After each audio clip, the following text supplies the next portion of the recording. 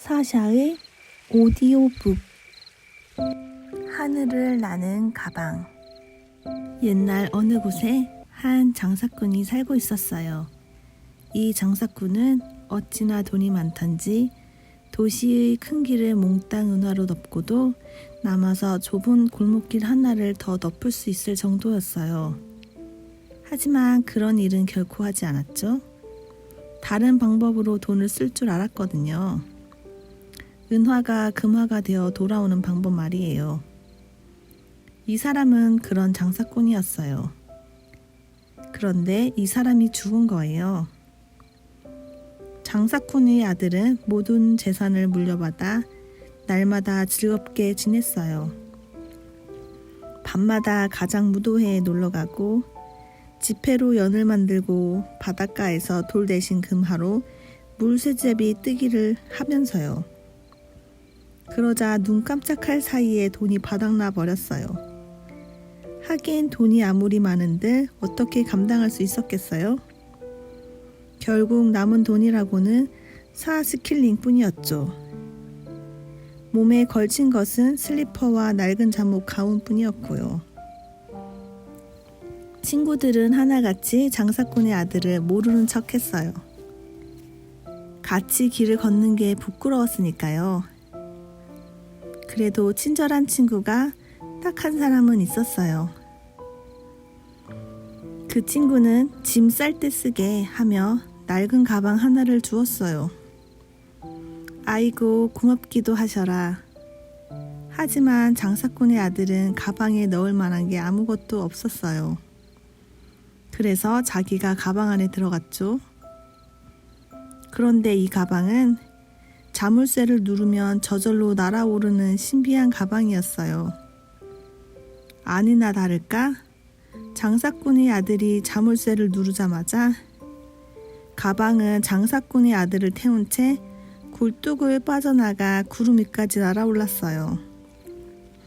그러고는 끝도 없이 날아갔죠.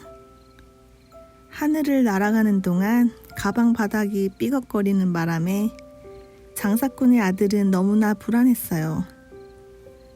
가방 바닥이 뚫려버린다면 장사꾼의 아들은 아주 멋지게 공중제비를 넘어야 하겠죠? 하느님 맙소사. 가방은 터키까지 날아가 버렸어요. 장사꾼의 아들은 숲속의 마른 잎 속에 가방을 숨겨놓고 도시로 들어갔어요. 잠옷 가운 차림으로 도시에? 네, 물론이에요. 터키에서는 모두들 잠옷 가운과 슬리퍼 차림으로 나다니거든요. 장사꾼의 아들은 길을 걷다가 어린아이를 데리고 가는 유모를 만났어요. 장사꾼의 아들이 말을 걸었어요. 저 실례합니다. 이 도시 옆에 있는 저 커다란 성은 뭐 하는 곳이죠? 창문이 왜 저렇게 높은 곳에 있어요? 유모가 대답했어요.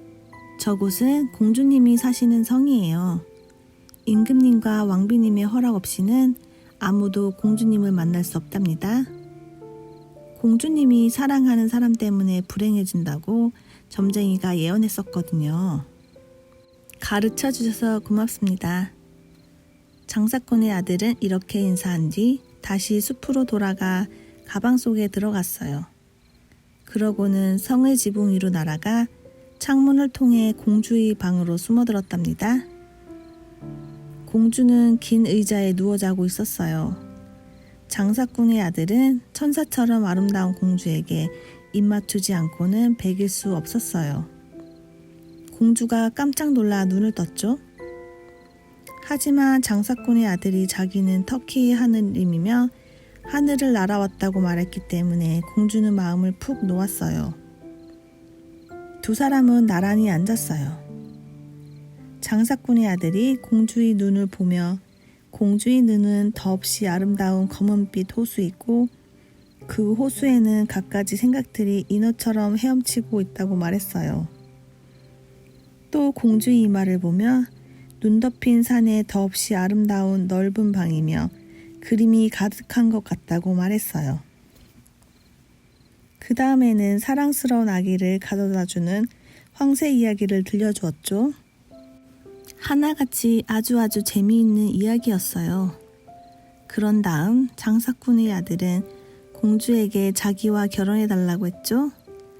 그러자 공주가 대뜸 네 하고 대답했어요. 공주가 말을 이었어요.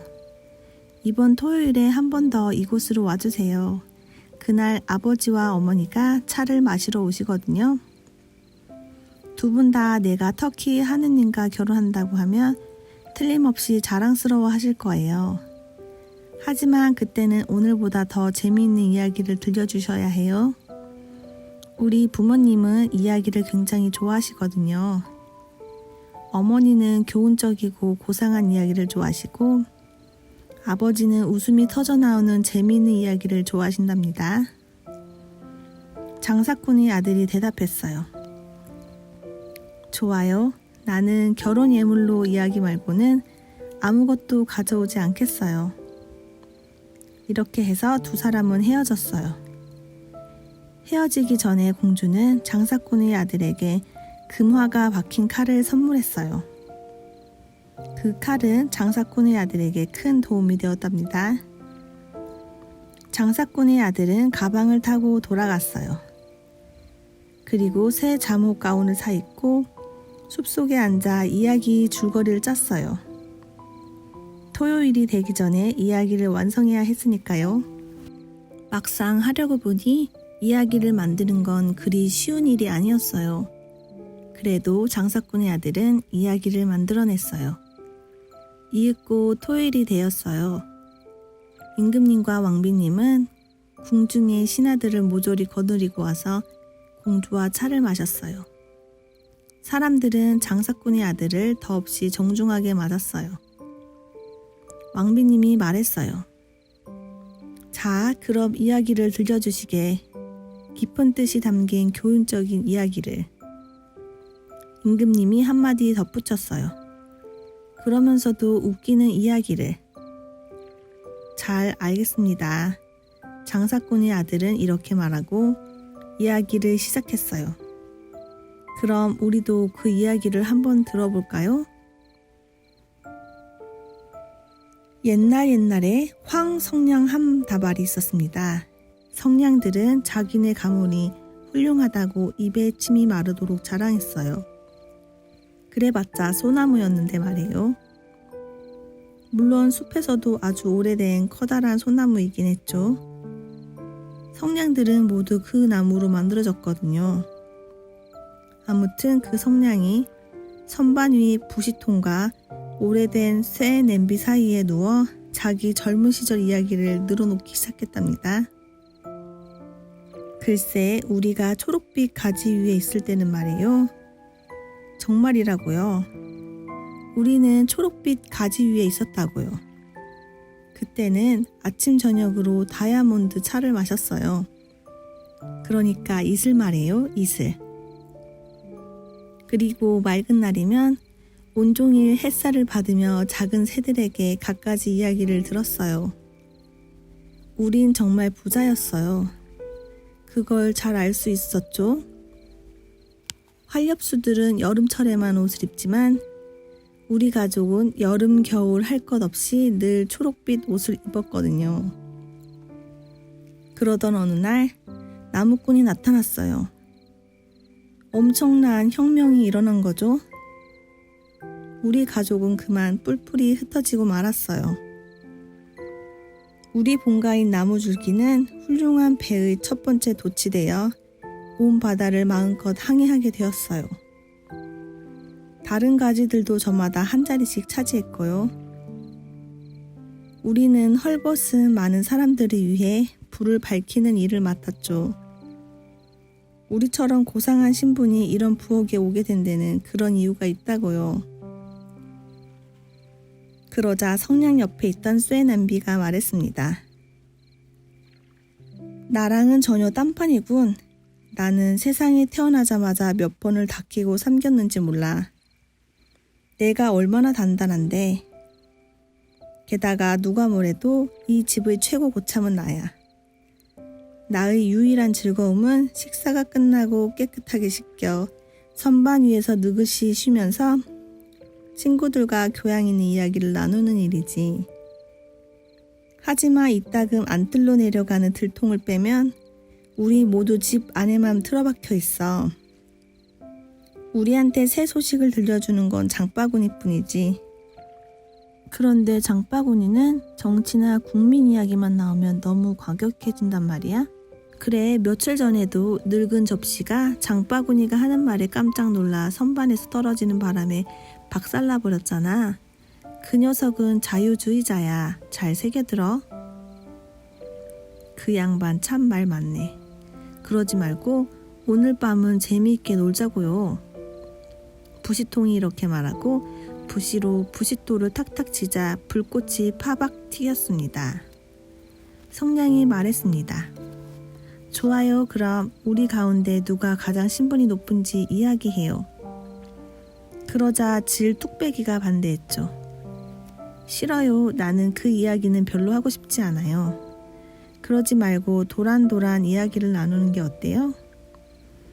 내가 먼저 이야기할게요. 그냥 자기가 겪은 일을 이야기하자고요. 그럼 모두들 이해하기 쉽고 재미도 있지 않겠어요? 발트해 근처 덴마크의 너도밤나무 숲 옆에 접시들이 입을 모아 칭찬했습니다. 와, 시작이 정말 근사하네요. 틀림없이 우리가 좋아하는 이야기일 거예요. 그래요. 나는 그곳에서 어느 조용한 가족과 함께 젊은 시절을 보냈죠. 그 집의 가구는 정성스레 닦여 있었고 바닥은 비질이 되어 있었답니다. 커튼은 2주마다 바뀌었고요. 이번에는 빗자루가 한마디 했습니다. 당신 이야기 솜씨가 여간이 아닌걸?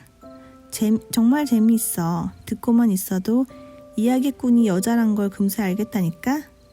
어쩐지 이야기 속에 청결함이 배어있어. 들통이 맞장구를 쳤습니다. 맞아, 다들 그렇게 생각해. 그리고 너무 좋아서 팔짝 뛰다가 그만 바닥에 물을 쏟았죠. 질 뚝배기가 이야기를 이어나갔어요. 이야기는 처음부터 끝까지 썩 훌륭하게 짜여 있었습니다. 접시들은 모두 매우 기뻐하며 덜거덕거렸습니다. 빗자루는 먼지 구덩이에서 파릇파릇한 파슬리를 가져와 질 뚝배기를 꾸며 주었고요. 빗자루는 이런 행동이 남들 기분을 상하게 한다는 사실을 잘 알고 있었습니다. 하지만 오늘 내가 질 뚝배기를 꾸며주면 내일은 질 뚝배기가 나를 꾸며주겠지 하고 생각했던 거죠.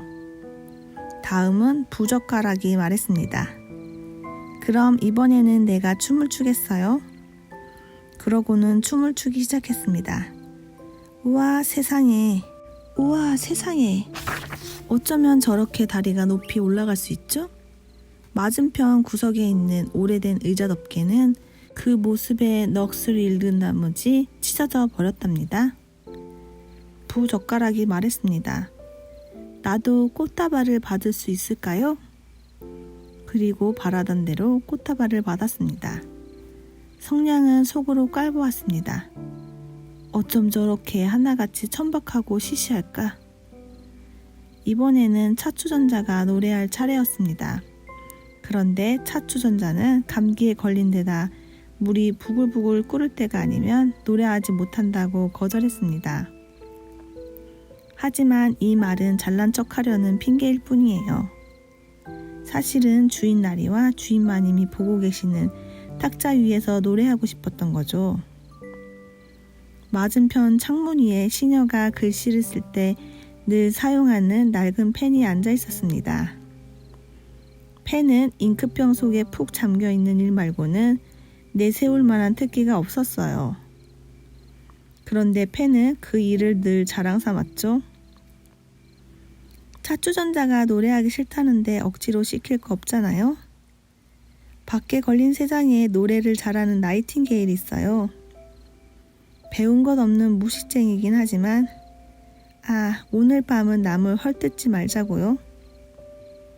부엌의 가수이며 차추전자의 배다른 형제인 물주전자가 말했습니다.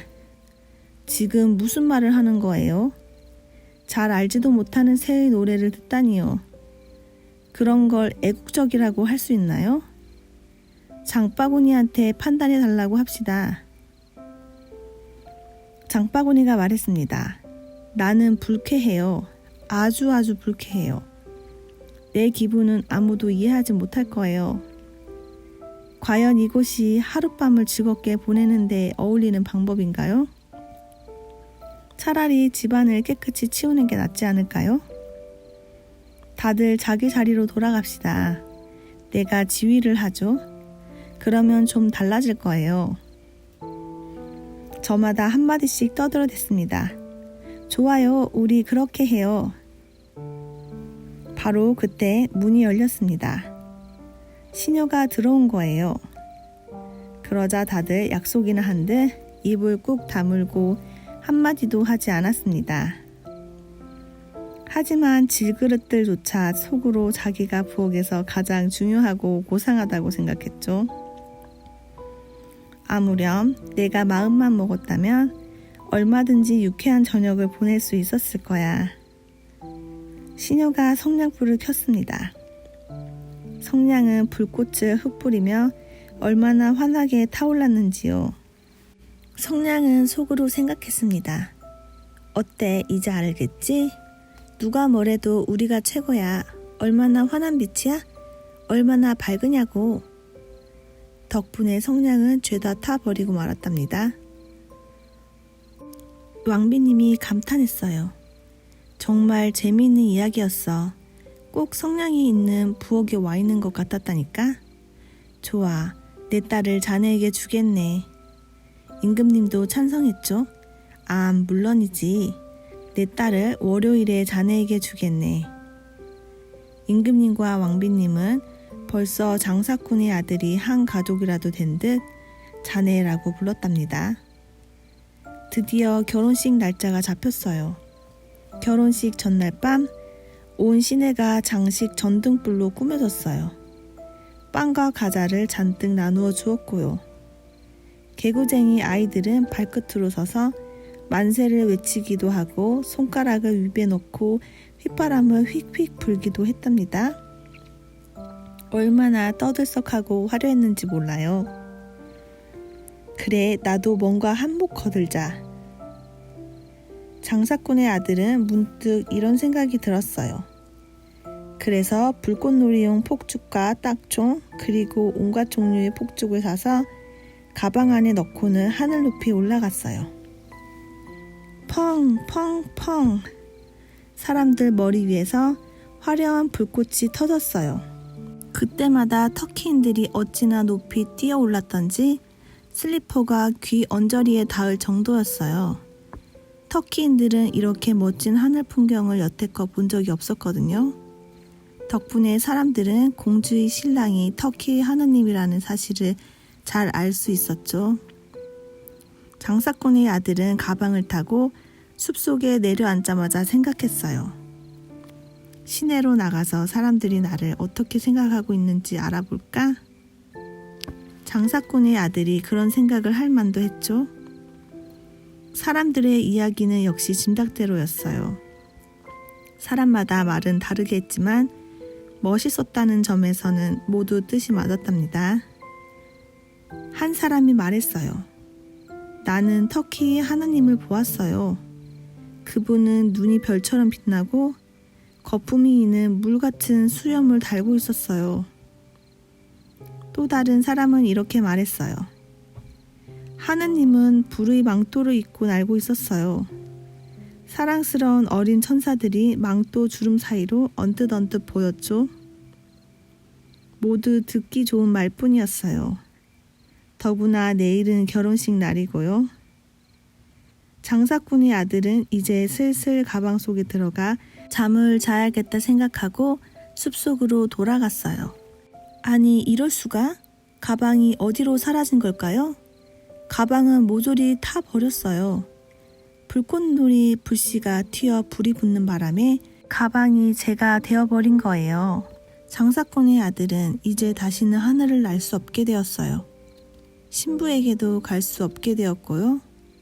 신부는 하루 종일 지붕 위에 올라가 장사꾼의 아들을 기다렸어요.